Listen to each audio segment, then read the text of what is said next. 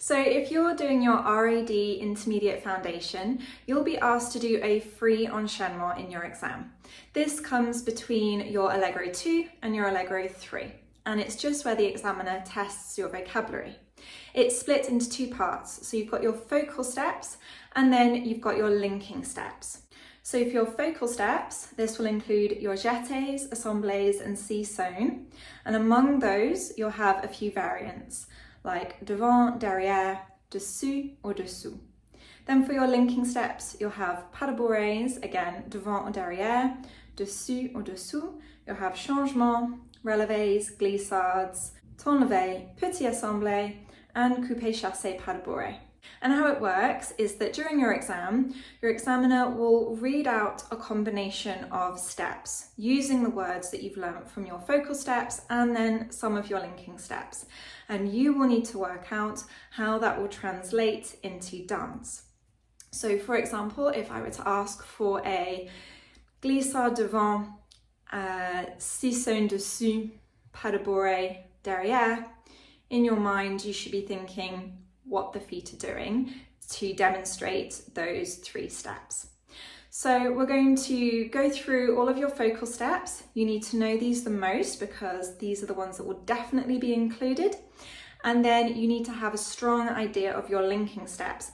They may not all be included. There's a strong chance they will not all be included, but the examiner may pick a few to add.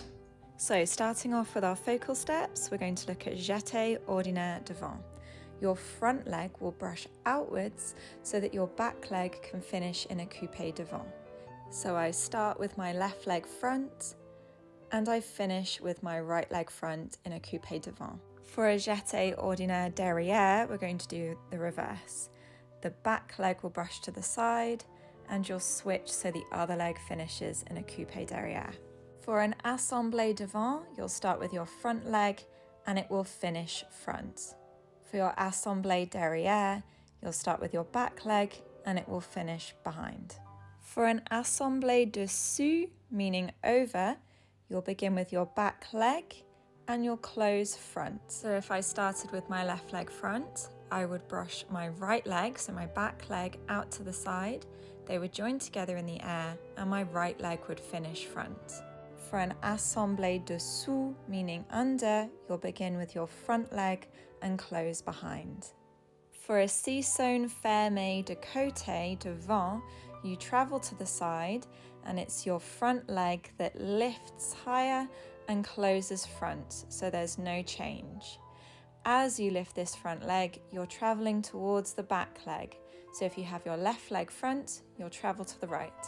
For a ci-saune fermé de côté derrière, we're traveling towards the front leg, but we are lifting our back leg higher and closing it behind. So again, we're not changing the legs.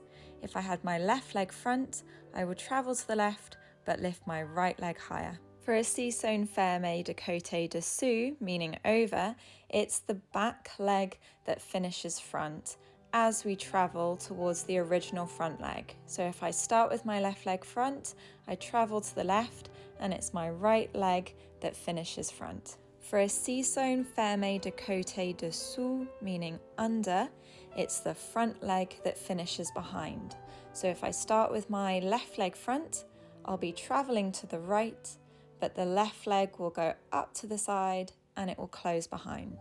For our first linking step, we have a pas de bourrée devant. So that's the front leg starting and it closes front. So if I started with my left leg front, I would brush it to the side, bring it in for the pas de bourrée and close front. For a pas de bourrée derrière, it's the back leg that brushes and it goes behind and stays behind. For a pas de bourrée dessous, meaning over, you'll have the back leg brushing to the side, coming front and finishing behind. For a pas de bourrée dessous, meaning under, we're going to have the front leg going behind and then finishing front again. So if I had my left leg front, it would brush to the side, go behind whilst on demi-point, and then finish front again.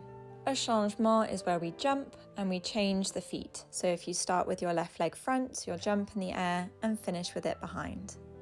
Enchainement battu is where we squeeze the feet together in the air in fifth, before we change them. A relevé in 5th position starts in a 5th position with the feet flat on the floor, a demi-plie, and then a rise where both feet meet towards each other on demi-point.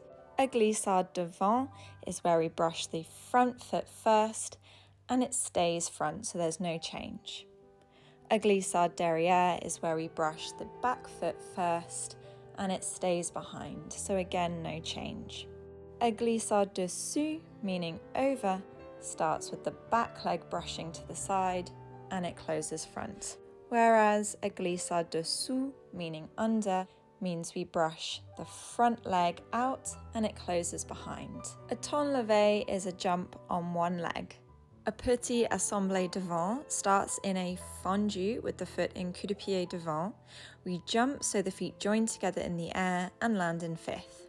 A petit assemblé derrière is the same, but we start with the foot in coup de pied derrière, so that's the foot at the back.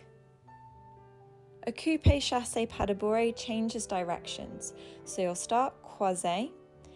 You'll begin with the back foot lifting into a coupé before you switch feet, drag the front foot across the floor into a chassé and into a pas de bourrée, finishing in a plié.